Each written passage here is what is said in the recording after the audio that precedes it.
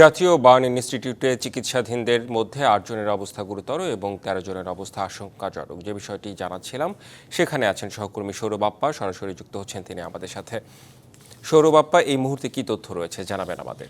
রেদওয়ান, এই মুহূর্তে আছি আমরা জাতীয় বার্ন ইনস্টিটিউটে, ঢাকা মেডিকেলের এবং মাইলস্টোন স্কুল অ্যান্ড কলেজের যে বিমান দুর্ঘটনার ঘটনা, সেখানে যে আহত এবং নিহতরা তারা বেশিরভাগই কিন্তু এই বার্ন ইনস্টিটিউটে ছিলেন এবং এখনও আছেন। আপনি যেমন বলছিলেন, আমরা যতদূর তথ্য পেয়েছি ৪৫ জনের মতো এখনও রোগী ভর্তি আছে এখানে। এবং আজ কিন্তু নতুন একজন রোগী ভর্তি হয়েছে এবং সেও এই স্কুলের একজন শিক্ষার্থী।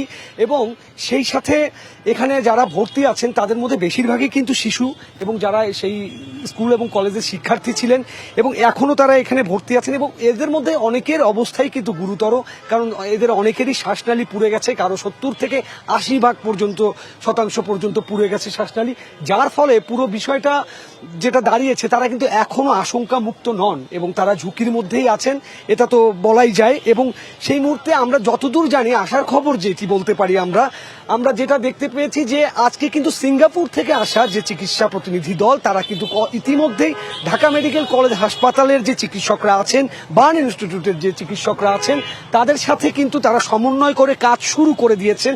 এবং ইতিমধ্যেই ভারত থেকে যে চিকিৎসকদের প্রতিনিধি দলটি, সেটিও এসে পৌঁছেছে এবং তারা আগামীকাল থেকে তাদের কার্যক্রম শুরু করবে। এবং সেটা অবশ্যই আমাদের নিজস্ব যে দেশীয় ডাক্তাররা আছেন, বাংলাদেশের যে বার্ন ইনস্টিটিউটের ডাক্তাররা আছেন, তাদের সাথে মিলে এবং একসাথেই তারা কাজটি করবেন।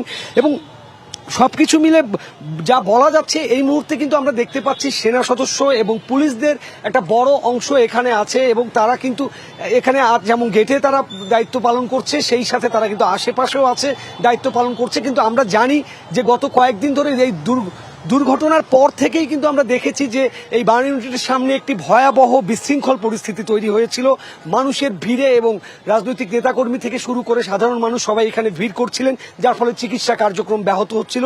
এই জন্যই কিন্তু এখনো সেনাবাহিনী এবং পুলিশ সদস্যরা দায়িত্ব পালন করছেন। তুলনামূলক আজকে পরিস্থিতি স্বাভাবিক আছে, এখানে যারা প্রয়োজনীয় শুধু তারাই আসছেন এবং বাকি তথ্যগুলো আমরা আরও খবর নিয়ে আপনাকে পরে জানাতে পারবো। রেদওয়ান, নিশ্চয়ই আমরাও জেনে নিব। সৌরভ বাপ্পা, ধন্যবাদ আপনাকে।